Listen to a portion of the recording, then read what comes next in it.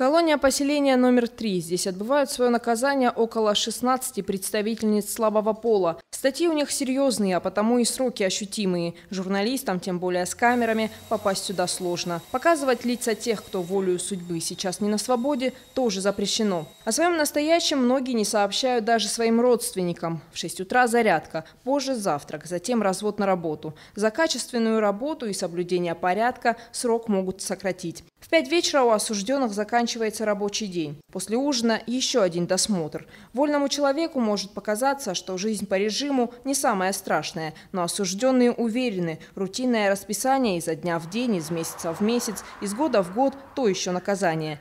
Те, кто побывал здесь хоть раз, всеми силами стараются вновь не оказаться за колючей проволокой.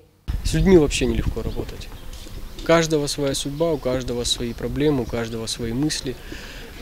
Каждый человек по-своему воспринимает информацию, которую ты ему даешь. Каждый человек по-своему воспринимает все меры, которые ты применяешь к нему, воспитательного характера. Поэтому надо, как бы там ни было, подстраиваться под каждого человека. Ну, во всяком случае, в каждом человеке ищем плюсы. Пытаемся эти плюсы умножить и вернуть в общество нормальных людей.